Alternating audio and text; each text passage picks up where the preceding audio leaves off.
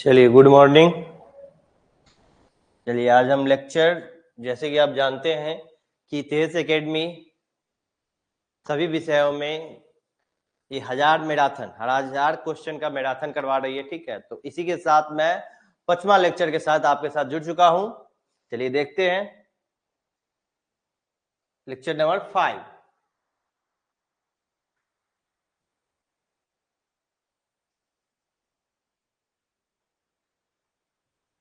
चलिए, ये सब आप जानते ही हैं, फाउंडेशन बैच अभी स्टार्ट हुआ है तो बताने की जरूरत नहीं है। चलिए पहले ये कोटेशन थोड़ा देख लेते हैं। ठीक है, जो मेहनत आज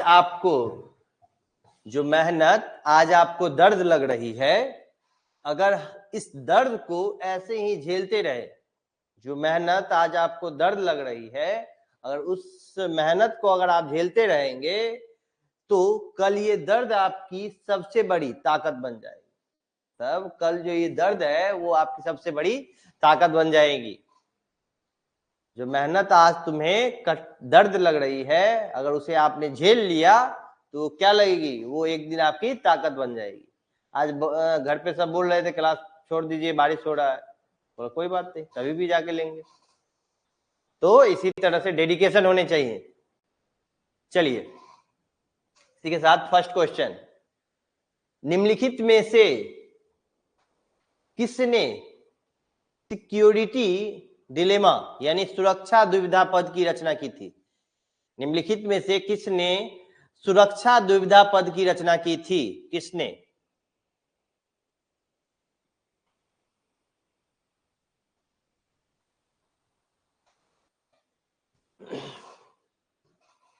बताइए।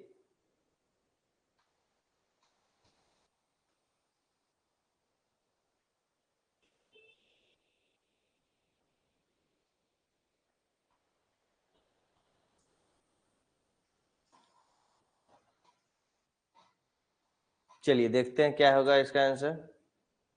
जॉन हर्ज जो है वो इस निम्नलिखित में किसने ये सिक्योरिटी डिलेमा का, सुरक्षा दुविधा का पद का रचना किया था। चलिए नेक्स्ट, निम्नलिखित में से किसने तर्क दिया था कि राज्य सुरक्षा के बजाय शक्ति को अधिकतम पाने का प्रयास करते हैं? किसने यह बात कही थी? राज्य सुरक्षा के ज्यादा शक्ति को अधिकतम पाने का प्रयास करते हैं।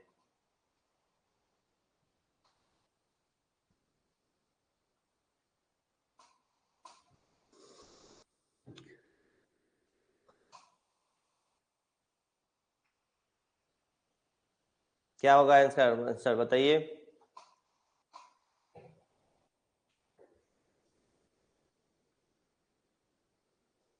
चलिए देखते हैं क्या होगा इसका आंसर। जॉन मियर सेमर ने कहा था। चलिए नेक्स्ट क्वेश्चन, आप इस वाक्यांश के साथ किस लेखक को संबद्ध करेंगे? अराजकता वह है जिसे राज्य उत्पन्न करते हैं। अराजकता वह है जिसे राज्य उत्पन्न करता है। इसमें से किस थिंकर ने यह बात कही है? किसको हम जोड़ेंगे?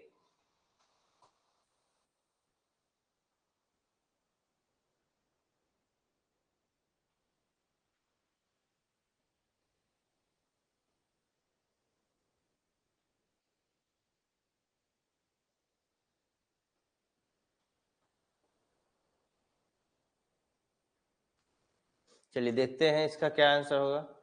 इसका आंसर है अलेक्जेंडर वेंट। अलेक्जेंडर वेंट ने कहा था, को जोड़ेंगे इसके साथ हम।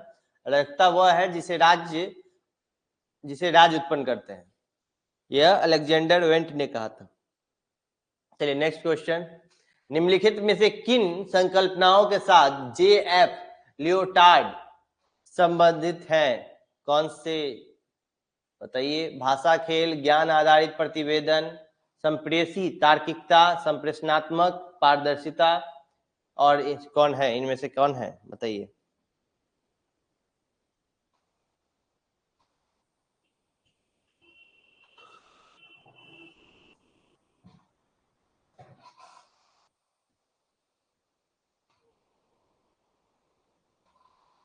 चलिए देखते हैं इसका क्या होगा आंसर। इसका आंसर है 4 का बी, 1 2 4। चलिए नेक्स्ट क्वेश्चन। निम्नलिखित में से कौन से संयुक्त राष्ट्र के कार्यालय अंतरराष्ट्रीय शांति को प्रोत्साहन देने और उसे बनाए रखने में सम्मिलित है? निम्नलिखित में से कौन से संयुक्त राष्ट्र के कार्यालय अंतरराष्ट्रीय शांति को प्रोत्साहन देने और उसे बनाए रखने में सम्मिलित है? सुरक्षा परिषद, महासचिव, महासभा, आर्थिक, सामाजिक एवं सांस्कृतिक परिषद। बताइए कौन होगा इसमें से, क्या होगा इसका आंसर?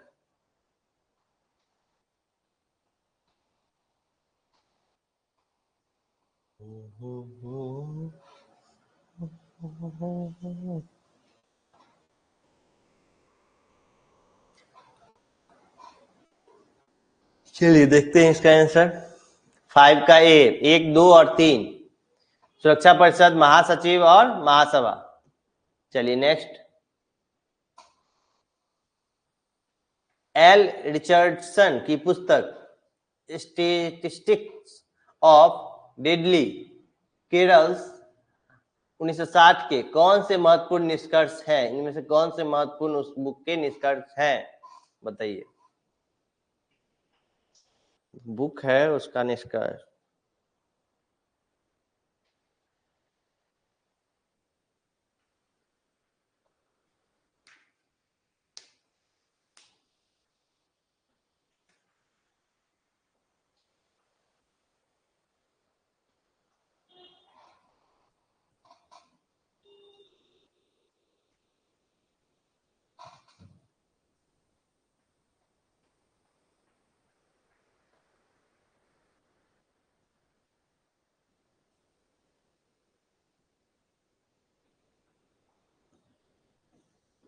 सी, 1 3 और 4। चलिए 7वां क्वेश्चन। निम्नलिखित में से कौन से संस्थान वाशिंगटन सर्वसम्मति के भाग हैं? निम्नलिखित में से कौन से संस्थान वाशिंगटन सर्वसम्मति के भाग हैं? अंतर्राष्ट्रीय मुद्रा कोष, विश्व बैंक, विश्व व्यापार संगठन, यूएस ट्रेजरी विभाग। इनमें से कौन से?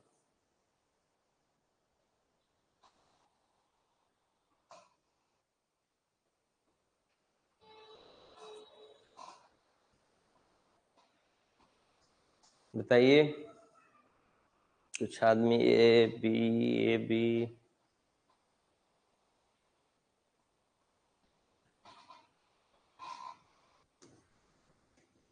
बी, 1 2 4 8। नीचे 2 कथन दिए गए हैं, एक और अभिकथन और दूसरा कारण। शीत युद्ध की समाप्ति के बाद द्विध्रुवीय प्रणाली से एक ध्रुवीय प्रणाली में परिवर्तन तीव्र गति से हुआ था। कारण पूर्वी यूरोप और मध्य यूरोप में सोवियत शक्ति का पतन तथा इसके बाद स्वयं यूएसएसआर का समापन एक ध्रुवीय प्रणाली में परिवर्तन के कारण थे। अब बताइए इसमें से कौन सही होगा, कौन गलत होगा? क्या ए आर की व्याख्या है?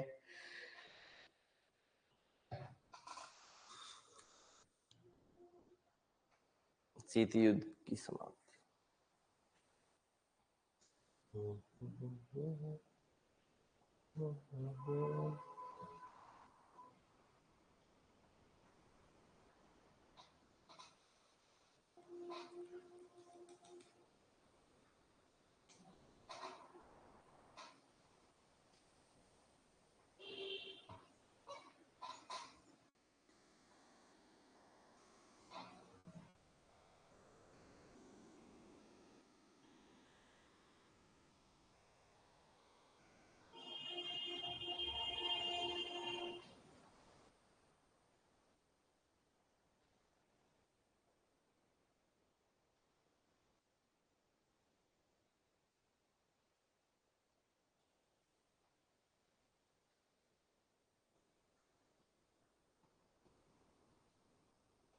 चलिए देखते हैं।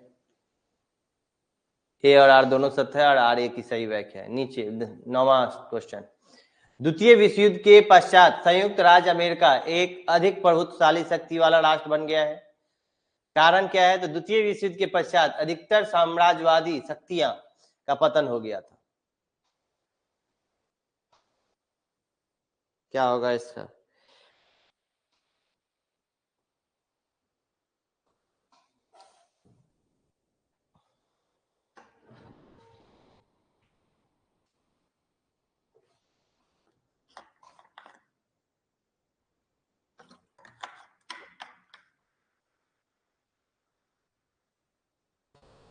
ए और आर दोनों सही है, आर एक ही सही वाक्य है।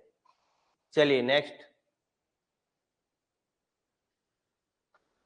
अलेक्जेंडर वेंट ने अंतरराष्ट्रीय प्रणाली में अराजकता के 3 प्रकार की पहचान की है। अलेक्जेंडर वेंट ने अंतरराष्ट्रीय प्रणाली में अराजकता के 3 प्रकार की पहचान की है। दूसरा है अलेक्जेंडर वेंट एक आदर्शवादी विचारक है। अब कौन सा सही है? कथन 1 2 दोनों सही है, कथन 1 सही है, बताइए।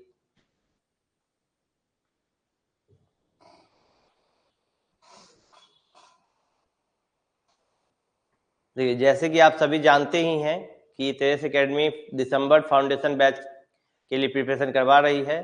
तो दिसंबर के लिए अगर आप तैयारी में जुटना चाहते हैं तो अभी से आप प्रिपरेशन के लिए जुट जाए, क्योंकि अभी 50% ऑफ चल रहा है। ठीक, तो कहीं ना कहीं आपके लिए ज़्यादा फायदा है, और दिसंबर का कुछ ज़्यादा दिन है नहीं, तैयारी में लग जाए। और जो अगस्त में भी फॉर्म भरे हैं और वो दिसंबर की तैयारी करना चाहते हैं तो वो भी आराम से आ सकते हैं, जिससे उनको दोनों हेल्प मिल जाए। चलिए इसके नेक्स्ट। कथन 1 सही है किंतु कथन दूसरा गलत है। चलिए, निम्नलिखित में से किस बहुउद्देशीय निर्यात नियंत्रण प्रणाली का भारत सदस्य नहीं है? इसमें से किसका सदस्य भारत नहीं है, बताइए। Missile technology control regime, nuclear suppliers group, Wassenaar arrangement, Australia group. किसके सदस्य नहीं है?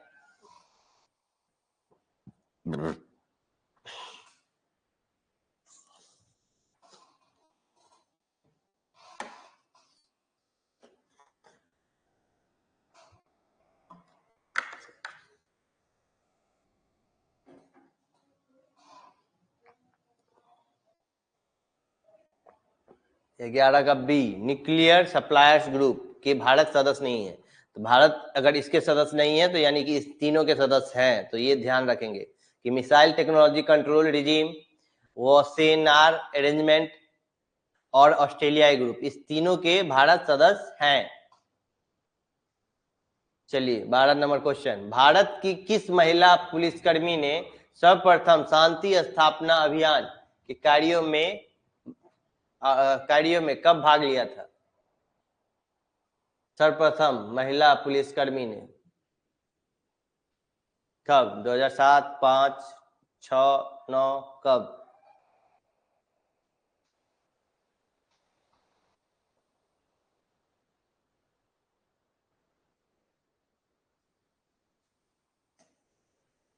जनवरी 2007 में भाग लिया था। Next question. निम्नलिखित में से किस सम्मेलन में विश्व बैंक की स्थापना का निर्णय लिया गया था? New York, Bretton Woods, Massachusetts states और पेरिस। सेट्स, मैसाचुसेट्स, ब्रिटेन वुड्स और पेरिस, इसमें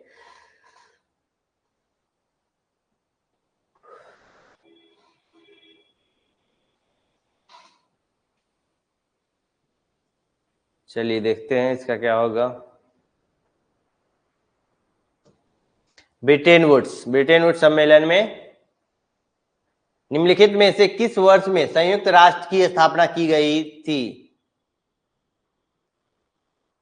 संयुक्त राष्ट्र की स्थापना किस वर्ष की गई थी? 1944, 45, 46, 50, कब?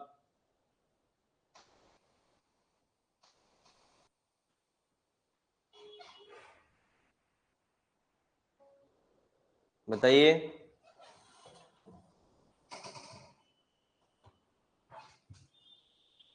कब किया गया था?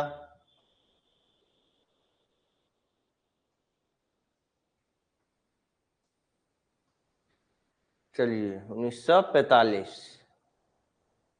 निम्नलिखित में से किसने प्रभाव की रोकथाम पद की रचना की थी? निम्नलिखित में से किसने प्रभाव की रोकथाम की रचना की थी? George Kennan, Alfred Sauvy, George Marshall और जॉन मार्शल। किसने?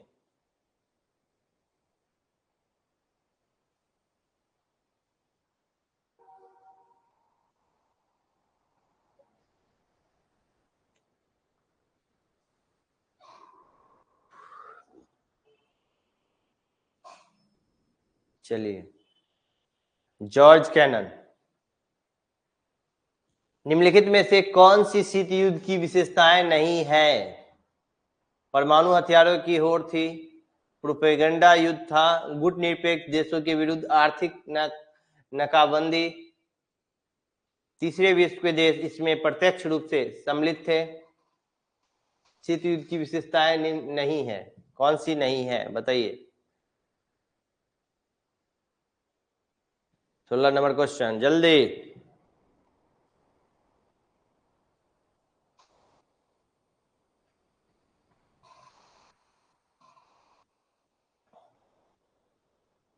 सी 3 और 4 ये विशेषताएं नहीं है। 17 नीचे दो कथन दिए गए हैं, एक अभिकथन और दूसरा कारण। अभिकथन देखिए, द्वितीय विश्व युद्ध की समाप्ति के बाद से ही अंतरराष्ट्रीय वातावरण पर सोवियत संघ के साथ अमेरिका संबंधों का प्रभुत्व रहा है, जिसका शीत युद्ध के लक्षण के रूप में वर्णन किया गया। शीत युद्ध कारण क्या है? तो शीत युद्ध ने न केवल अमेरिका एवं सोवियत संघ के साथ अमेरिका से संबद्ध देशों और सोवियत संघ के मित्र राष्ट्र बल्कि अन्य गुट निरपेक्ष देश के साथ अमेरिका और उसके मित्र के संबंध भी रंग रंजित किया है। क्या होगा इसका आंसर? ए और आर दोनों सही है। आर ए की सही व्याख्या क्या होगा बताइए?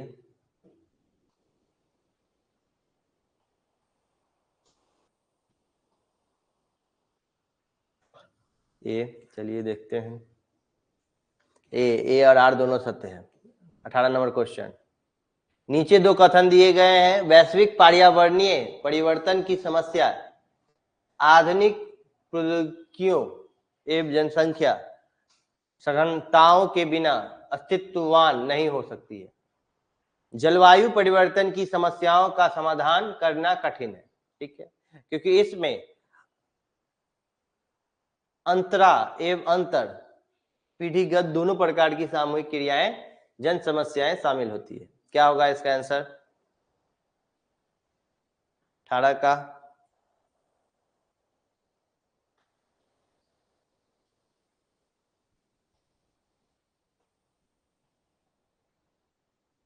चलिए देखते हैं क्या होगा 18 का।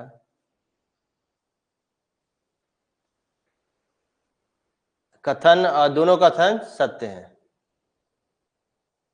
19 निम्नलिखित अवधारणाओं को उनके विकास के कालक्रम में ढंग से व्यवस्थित कीजिए।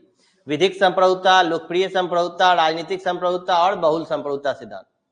ए बी सी डी कौन होंगे?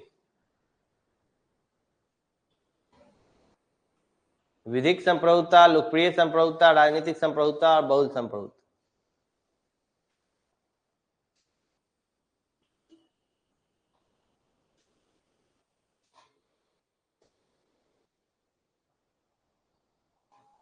चलिए देखते हैं क्या होगा इसका आंसर। 1 3 2 4 विधिक संप्रभुता, फिर राजनीतिक संप्रभुता, उसके बाद लोकप्रिय संप्रभुता, उसके बाद बहुल संप्रभुता। आज का लास्ट क्वेश्चन, केनेथ वोल्टेज थे।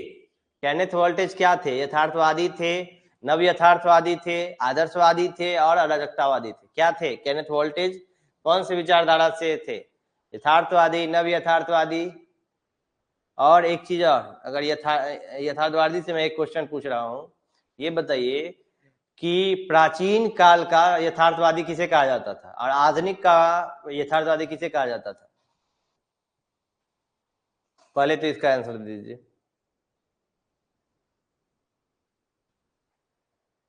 चलिए देखते हैं क्या होगा। नव यथार्थवादी थे वो। और देखिए यथार्थवादी में प्राचीन काल का अगर यथार्थवादी पूछा जाएगा तो अरस्तु, वो प्राचीन काल में सबसे पहले था जो यथार्थवादी की बात करता है। और आधुनिक में अगर देखा जाए तो रूसो।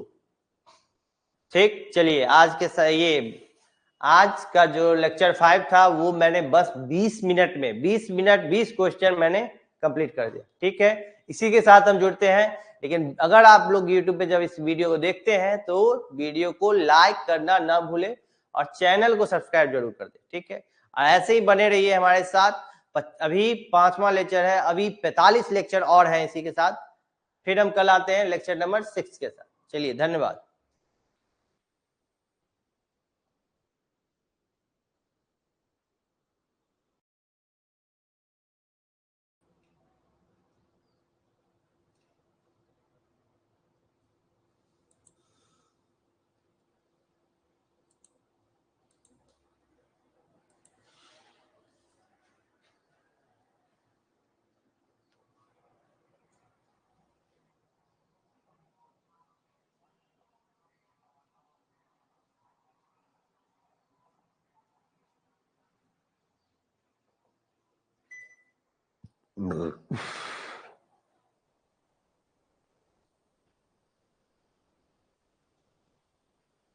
चलिए, सोशल कॉन्ट्रैक्ट को लेकर बात हुई थी।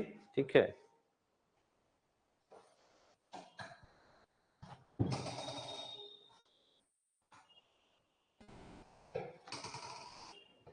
चलिए, प्राकृतिक अवस्था में मानव का स्वभाव, प्राकृतिक अवस्था में मानव का स्वभाव, मानव भद्र पशु, मानव को भद्र पशु कहा गया है।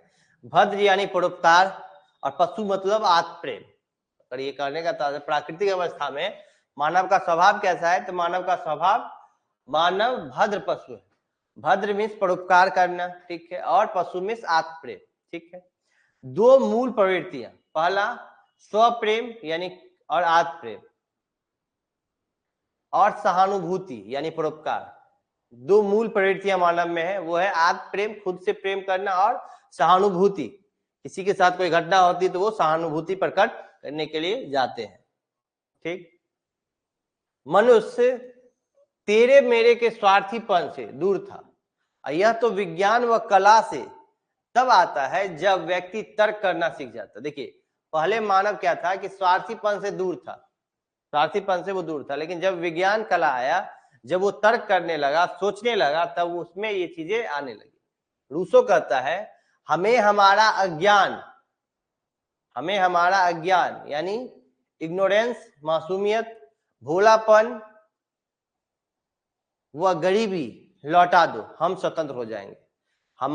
हमें हमारा अज्ञान व गरीबी लौटा दो, हम स्वतंत्र हो जाएंगे। देखिए कितनी बड़ी बात कहा है कि हमें हमारा अज्ञान और गरीबी लौटा दो, हम क्या हो जाएंगे, स्वतंत्र हो जाएंगे।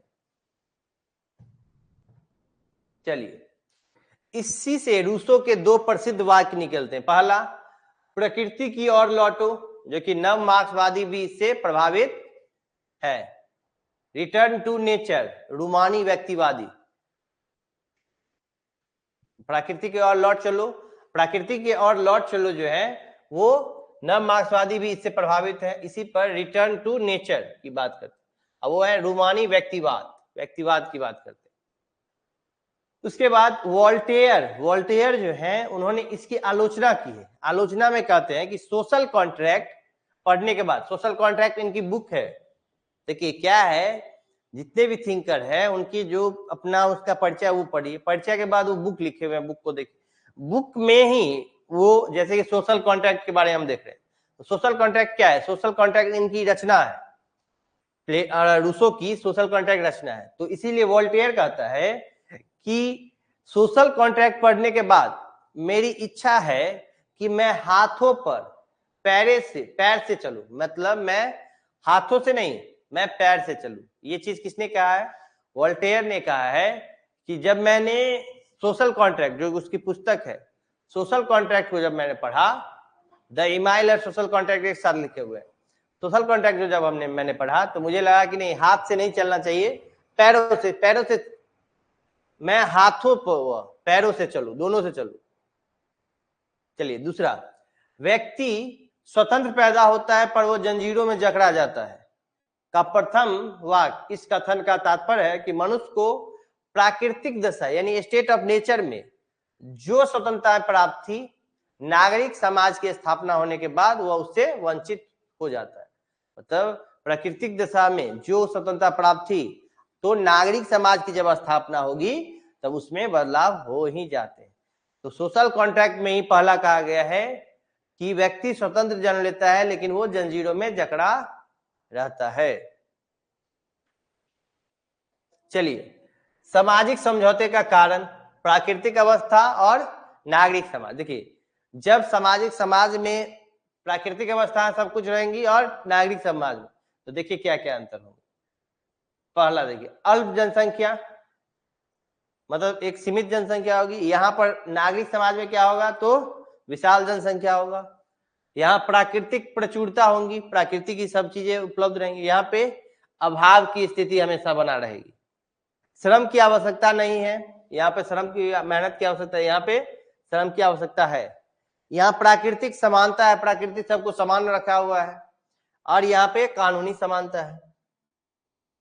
प्राकृतिक स्वतंत्रता की बात करते हैं, यहाँ पे नागरिक स्वतंत्रता की बात करते हैं। आवश्यकता अनुसार प्राकृतिक के भंडार से कुछ भी प्राप्त करने की स्वतंत्रता है। यहाँ पे प्रकृति से कुछ भी आप प्राप्त कर सकते हैं। यहाँ पे क्या है, संपत्ति की सुरक्षा की बात की जा रही है। ठीक, प्राकृतिक अवस्था से निकलने का कारण जनसंख्या वृद्धि व संपत्ति का उदय था। प्राकृतिक अवस्था से कोई भी व्यक्ति अगर निकला है तो उसका कारण क्या था, तो जनसंख्या में वृद्धि और संपत्ति का उदय।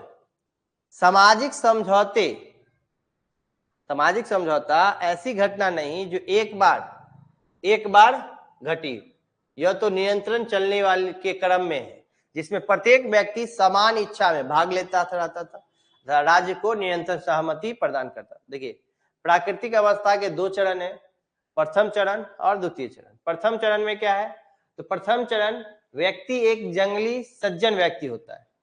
इसमें उसका व्यवहार असभ्य होता है। क्या कह रहा है कि उसमें उसका व्यवहार क्या होता है, तो असभ्य होता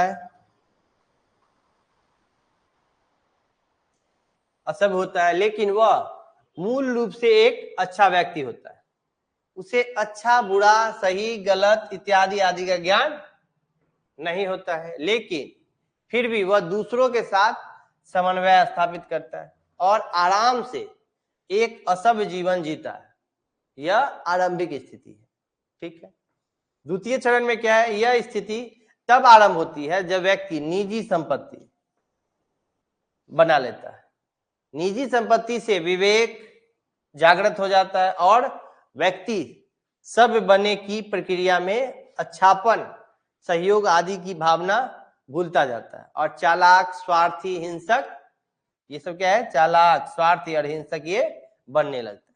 पहले जब उसके पास नहीं था तब वो सही गलत कुछ ज्यादा ज्ञान नहीं था, वो आराम से सही से जीवन जी रहे थे। लेकिन जब उसके पास संपत्ति होने लगी तो संपत्ति की सुरक्षा के लिए, संपत्ति में और वृद्धि करने के लिए वो क्या करने लगा, गलत करने लगा, स्वार्थी बन गया, हिंसा करने लगा, किसी से रूढ़ीपन हो गया।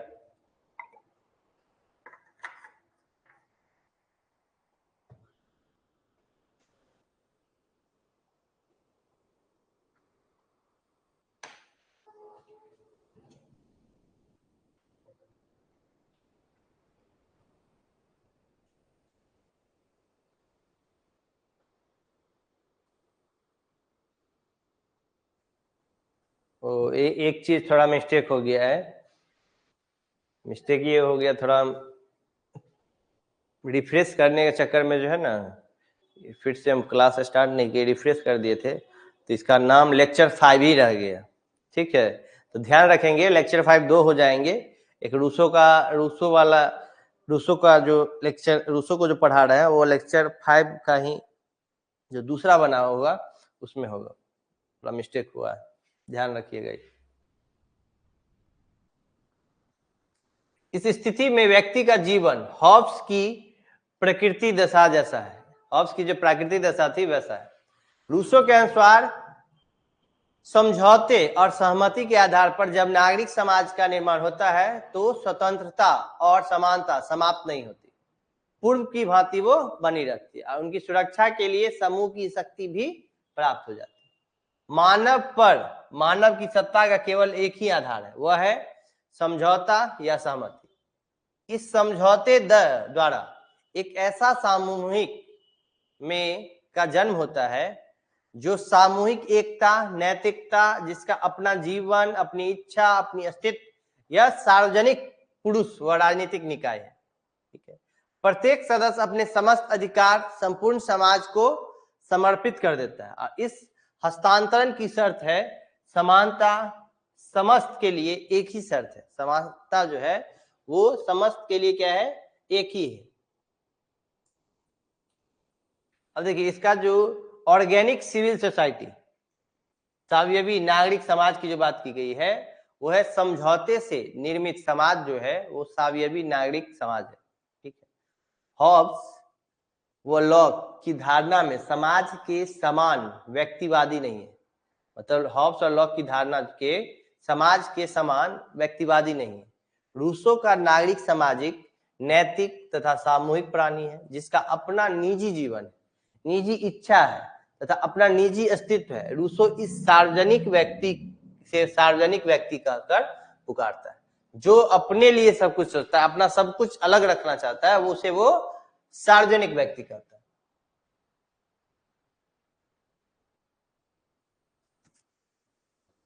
रूसो के अनुसार राज्य ही वे परिस्थितियां उपलब्ध कराता है जो संपन्न और नैतिक व्यक्ति के लिए आवश्यक है और समाज से बाहर स्वतंत्रता के विकास जैसी कोई चीज नहीं। सेवाइन ने लिखा है कि रूसो का आधारभूत तत्व मनुष्य नहीं बल्कि नागरिक है और राजनीतिक अधीनता मूलतः नैतिक है। विधि तथा व्यवस्था की स्थापना तो उसका केवल एक गौण पहलू है, सेवाइन ने कहा है। देखिए स्त्री और परिवार संबंधी रूसो के विचार, तो रूसो के अनुसार पुरुष को स्त्री पर शासन करना अनिवार्य होता है ताकि वह चरित्रवान व शुद्ध बनी रहे। देखिए रूसो ने क्या कहा है कि पुरुष को स्त्री पर शासन करना अनिवार्य होता है ताकि वह चरित्रवान और शुद्ध बनी रहे। रूसो स्त्री को दार्शनिक चिंतन व वैज्ञानिक अध्ययन के लिए उपयुक्त नहीं समझती। रूसो ने पितृसत्तात्मक परिवार का समर्थन किया है और परिवार प्राकृतिक प्रेम पर आधारित सबसे पुरानी संस्था थी जिसका स्रोत प्रजनन था। परिवार में युवाओं एवं बुजुर्गों और स्त्रियों एवं पुरुषों का स्वाभाविक अधिकार था। वे स्त्री को राजनीतिक व्यवस्था में विखंडनकारी शक्ति मानते थे और यही बात हेगेल ने भी बाद में कही है कि पुरुष को स्त्री पर शासन करना आवश्यक होता है और एक अच्छी स्त्री को सामाजिक और राजनीतिक गतिविधियों में हिंसा न लेकर परिवार में ही रहना चाहिए। रूसो स्त्रियों को यौन संतुष्टि का स्रोत मानते थे और प्रकृति ने उन्हें पुरुष की लैंगिक इच्छाएं संतुष्ट करने के लिए बनाया है। विखंडनकारी शक्ति मानते थे और यही बात हेगेल ने भी बाद में कही। अब बाद में हेगेल भी इसके सपोर्ट में थे।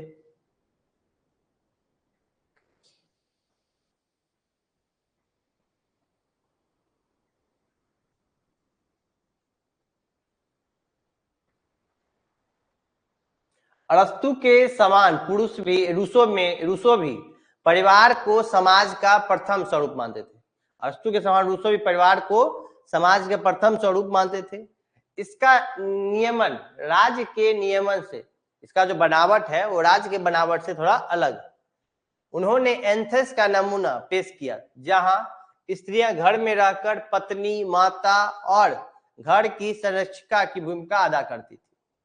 जब यूनानी स्त्रियां विवाह करती तो सार्वजनिक जीवन से हट जाती और घर की चार दीवारी के अंदर वे स्वयं को परिवार की देखभाल में समर्पित कर लेती थी। और जीवन का यह रूप स्त्रियों के लिए स्वयं प्रकृति तर्क ने तय किया है। महान उदारवादी नारीवादी लेखिका मेरी वुllstonecraft ने अपनी कीर्ति, उनकी जो बुक है a vindication of the rights of women 1792 में रूसो की नारी संबंधी विचार की आलोचना की। अब देखिए रूसो के नारी संबंधी विचारों की आलोचना अगर की है तो वो कौन की है, वह है मेरी वुllstonecraft। उनकी बुक है a vindication of the rights of women, जो कि 1792 में लिखा है। अब देखिए, आधुनिक समाजवाद के आध्यात्मिक प्रणेता के रूप में रूसो की बात की गई है। ठीक है, रूसो की आदर्श व्यवस्था छोटे किसान पर आधारित आर्थिक व्यवस्था थी। उन्होंने संपत्ति संबंधी विवादों का विरोध किया, जो संपत्ति संबंधी विभेद है उसका विरोध किया। इस अर्थ में उन्होंने आधुनिक समाजवाद के आध्यात्मिक प्रणेता माने जाते हैं। आधुनिक समाजवाद के प्रणेता अगर माने जाते हैं तो रूसो हैं, क्योंकि वे संपत्ति को गरीबी एवं असमानता को स्रोत मानते थे। प्लेटो के समान रूसो ने भी नैतिक आधार पर संपत्ति की आलोचना की है। रूसो संपत्ति को नागरिक का सबसे पवित्र अधिकार मानते थे। अतः रूसो ने समाजवादियों के विपरीत सामूहिक संपत्ति की हिमायत नहीं की। सामूहिक मतलब सबका। रूसो ने तो संपत्ति के समाप्त करने संबंधी कोई गंभीर विचार रखते हैं, और न ही उन्हें समाज में इसके स्थान के बारे में कोई स्पष्ट विचार। न वो रखने के लिए कोई बात करता है, न वो खत्म करने के लिए कोई बात करता है संपत्ति को। और रूसो और आधुनिक राष्ट्र, अब देखिए, रूसो समुदायवाद और समान इच्छा पर बल देने के कारण रूसो को आधुनिक राष्ट्रवाद का बौद्धिक पितामह भी कहा जाता। आधुनिक राष्ट्रवाद का बौद्धिक पितामह भी कहा जाता। क्यों? यह सही है कि उसका छोटा सा नगर राज्य वैसा राष्ट्र नहीं जैसा 19वीं शताब्दी के विचारक ढूंढ रहे थे। मूलतः यह उस भावना का प्रश्न था जिसे रूसो के विचारों ने छोटे समूहों के रूप में उभारा, और राष्ट्रवादियों ने इसे विशाल राष्ट्रीय राज्य तक पहुंचाया था। रूसो ने जिन लक्षणों को समान इच्छा के विकास के लिए आवश्यक माना था, उन्हें राष्ट्रीय राज्य में लाने की बात कही। क्षेत्रफल, आकार, जनसंख्या की कसौटी को न मानते हुए भी इन्होंने भाषा की समानता और संवेदनाओं के बंधनों पर उसी तरह बल दिया है जैसा कि रूसो सामाजिक शुद्धता के लिए आवश्यक मान रहा था। यही कारण है कि अनेक विद्वानों के मत रूसो एक संयुक्तकारी चरम राष्ट्र का बौद्धिक पूर्वज समझा और माना जाता है। रूसो के अनुसार शिक्षा राष्ट्रीय भावना पैदा करती है। रूसो ने कहा है, रूसो के अनुसार शिक्षा जो है वो है राष्ट्रीय भावना को पैदा करती है। अब इसी शासन पर इनके विचार है। सामाजिक समझौता द्वारा निर्मित समाज जिसमें समान इच्छा का वास होता है। शासन या सरकार केवल वह व्यक्ति अथवा व्यक्ति समूह है जिसको समाज द्वारा यह अधिकार दिया जाता है कि वह संप्रभुता की इच्छा पूर्ण करे। व्यक्ति एक बुरे शासक का विरोध कर सकता है, राज्य का नहीं। मतलब बुरा शासक है उसका विरोध कीजिए, लेकिन राज्य का नहीं। समझौते द्वारा राज्य संप्रभुता का जन्म होता है और शासन या सरकार का नहीं। मतलब समझौते द्वारा जो है राज्य संप्रभुता का जन्म होता है, शासन या सरकार का नहीं। देखिए, रूसो ने सरकार को न्याय संरक्षक मंडल अथवा राजा कहकर पुकारता है। रूसो ने सरकार को क्या कहा है? न्याय संरक्षक मंडल कहकर राजा का अथवा राजा कहकर उसे पुकारता है। सरकार, शासन, संप्रभुता जनता की नौकर मात्र है, सरकार को वो कहता है।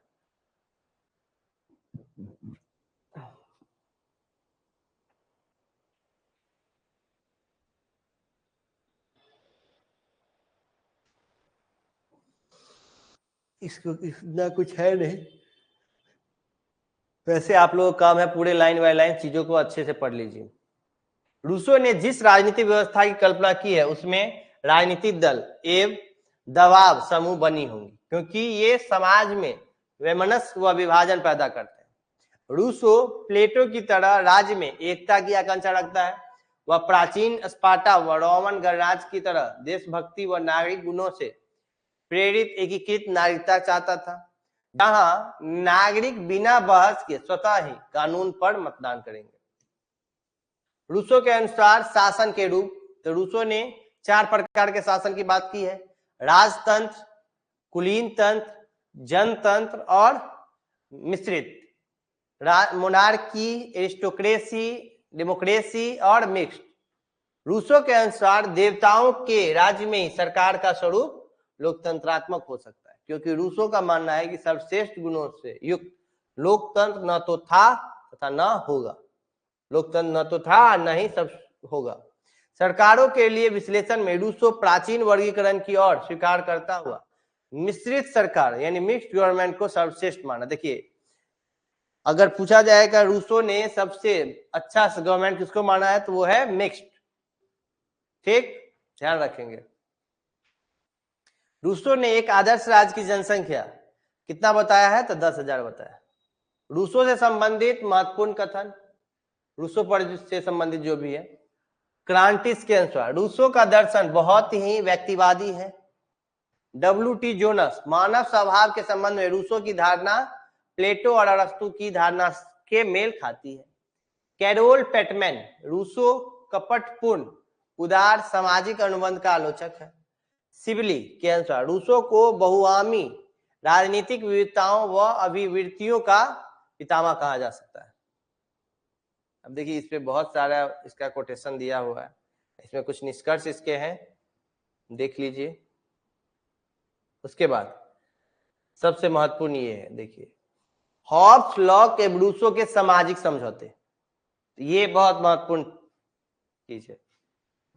देखिए, अब टॉपिक दिया गया है और इस पे इन लोगों के विचार क्या क्या थे। देखिए, विषय मानव का प्रकृति स्वभाव, प्राकृतिक या स्वभाव, तो हॉब्स के द्वारा कि मानव स्वार्थी होता है, हृदयहीन होता है और झगड़ालू होता है। ठीक है। लॉक क्या कहता है कि ये विवेकशील प्राणी है, और रूसो क्या कहता है, ये सरल स्वभाव का होता है। प्राकृतिक दशा में देखा जाए स्टेट ऑफ नेचर, तो हॉब्स क्या कहता है, हॉब्स के द्वारा एकाकी, बड़बड़, क्षणभंगुर, भय व जंगली झगड़ालू अवस्था में रहते हैं। ठीक है। और लॉक क्या कहता है, ये शांति, सद्भावना व पारस्परिक सहयोग की बात करता है। और रूसो कहता है सुख व शांति का वातावरण व्यक्ति का ही चल रहा है, कि एक कह रहा है कि झगड़ालू है, जंगली है, एक कह रहा है कि नहीं वो तो व्यक्ति शांति प्रिय है, लोग क्या है, शांति प्रिय है। और रूसो क्या कह रहा है कि भाई वो तो सुख शांति का वातावरण चाहते हैं। प्राकृतिक अधिकार, एक आत्मरक्षा का अधिकार ये चाहते थे। उसके बाद इन्होंने 3 अधिकार मांगे हैं। देखिए, रूसो के जो व्यक्ति हैं यानी जनता को लेकर जो उन्होंने कहा है, उसका कहना है कि वो एकमात्र आत्मरक्षा का अधिकार रखते हैं। भाई हमारी रक्षा करो, हम अपनी सारी पावर आपको देते हैं, आप हमारी रक्षा करो। ठीक है। लॉक क्या कहता है, नहीं भाई साहब, 3 अधिकार उनको दिया गया है, जीवन, स्वतंत्रता और संपत्ति, ये तीनों की आप रक्षा करो हमारी। उसके बाद सारा चीज हम देख लेंगे, और चीजों में आप नहीं।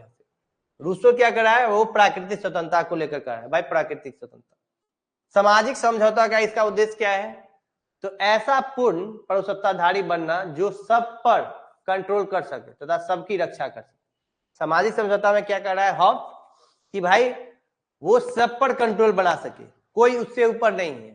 ठीक है, और सबकी सुरक्षा करना है।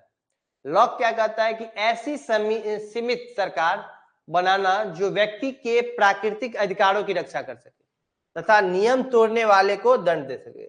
मतलब लॉक कर रहा है कि भाई ऐसा कीजिए जो आप सीमित सरकार बनाना जो व्यक्तियों को क्या करे, प्राकृतिक अधिकार की रक्षा करे और दंड दे सके। ठीक। रूसो क्या कहता है, अभाव की स्थिति में ऐसा नागरिक समाज बनाना जो श्रम के द्वारा अर्जित संपत्ति की सुरक्षा कर सके। तो ऐसा नागरिक समाज बनाना जो श्रम के द्वारा अर्जित संपत्ति की सुरक्षा कर सके। देखिए, सामाजिक समझौता की प्रकृति, सब मनुष्य अपने ऊपर शासन का अधिकार परोसत्ताधारी को सौंपने का वचन देते। मतलब हॉब्स ने कहा जितने भी व्यक्ति, वो सब चाहता है कि नहीं हमारे ऊपर इस व्यक्ति का शासन हो, ये हमारी सब कुछ का रक्षा करे, अगर कहीं बाहर से कुछ आक्रमण होता है तो ये लड़े, मैं सुरक्षित रहूं।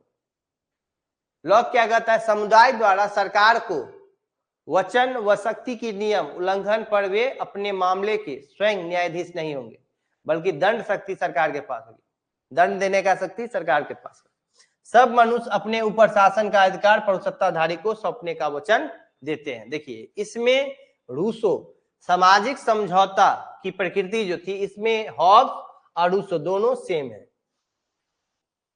अब परोसत्ता का स्वरूप, तो सर्वोच्च व पूर्ण परोसत्ता। यहाँ पे क्या है, सीमित परोसत्ता, सरकार एक ट्रस्ट के रूप में। यहाँ पर भी क्या है, पूर्ण, अविभाज्य व अदैय संप्रभुता। जब आप हॉब्स, लॉक, रूसो को पढ़ लेंगे तब उसके बाद ये जो है सो आपके लिए बहुत ही लाभदायक। उपयुक्त राजनीतिक सिद्धांत, तो पूर्ण सत्तावाद, विरोध का अधिकार नहीं, यहाँ पे विरोध का अधिकार नहीं, यहाँ पे क्या है, संविधानवाद और क्रांति विरोध, विरोध के अधिकार को मानता है। लॉक कहता है कि नहीं, विरोध का मानता है। और यहाँ पे रूसो, लोकप्रिय संप्रभुता, विरोध का अधिकार आवश्यक नहीं माना। चलिए, अब आपका काम है ये तीनों चैप्टर अच्छे से कंप्लीट करके आप कंप्लीट कर लें। कल संडे है, कल कंप्लीट कर ले। कोई भी डाउट, कहीं पर भी कोई भी पॉइंट आपको समझ में ना आए तो आप मुझसे कांटेक्ट करें, जैसे भी व्हाट्सएप, कॉलिंग, जिसके थ्रू। ठीक है, फिर मिलते हैं। परसों हमारा कुछ और टॉपिक होगा, देखते हैं, जो भी टॉपिक होगा वो बताया जाएगा। ठीक, चलते हैं, धन्यवाद।